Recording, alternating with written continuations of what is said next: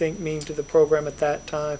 You were kind of an under-the-radar 6-1 team, but when you won it, it seemed like the outlook changed for you guys. We were, and that's, I got to think a little bit before I talk, but I think it's probably one of the few times, maybe the only time, probably I was going to say the only time, where we really, we really got some strong momentum. I guess 2 games is the momentum, last 2 games of 08. That's a stretch, say 2 games of momentum. But, after that ball game, and nobody expected that. It was just one of those days where we made a couple plays and all of a sudden things started going pretty well. After that I thought, that team had it rolling pretty good. We may have had a close game or 2. I can't remember if Indiana's right before or after that, but we had it going pretty good. But it was just one of those rare things that happen sometimes, and that team kind of caught fire and pushed it right through. Totally opposite of 04. Totally opposite. But the only problem is that was 8 years ago.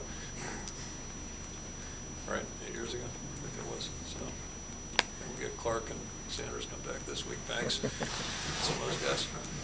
Gallery. Apparently the sound at the big house is louder now, the way they rebuilt the stadium. How do you replicate that kind of noise, or do you change it based on what it was before? We play a little noise typically on Wednesdays here, which is kind of aggravating, but you do it anyway.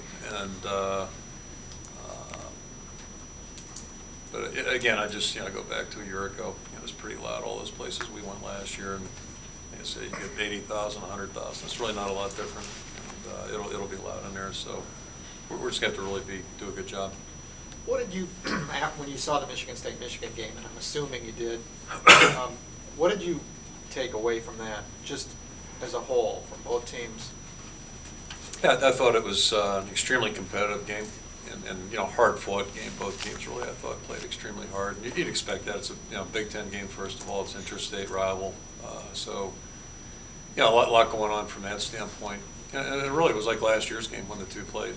Obviously a different stadium, but both those teams really competed hard last year. It was a good game.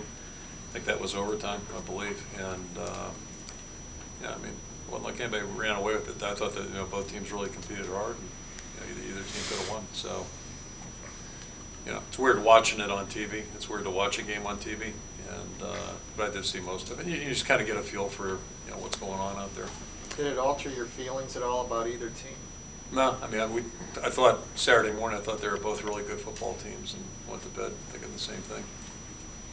How does Arizona, when it comes to stopping the run game, because Arizona was successful against you guys and they loaded the box a lot, how does Michigan's speed or athleticism compare to that, or could they do something similar? Different alignment. They go a little different alignment.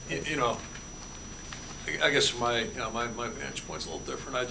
To me, when you fall behind 3 touchdowns, it really, it's kind of like stats right now. Overall stats for the season really don't matter a whole heck of a lot. And then, maybe with the exception of turnovers. And then, conversely, like, when you pick a game out like that and say somebody stopped the run, I'm more focused on the block punt, the interception, and the kick return. To me, that was the story of that game. I don't know that the run game was or wasn't. Maybe it was. Maybe I'm missing the boat.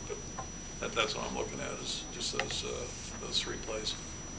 And the block PAT. That to me was the story of that game as much as anything.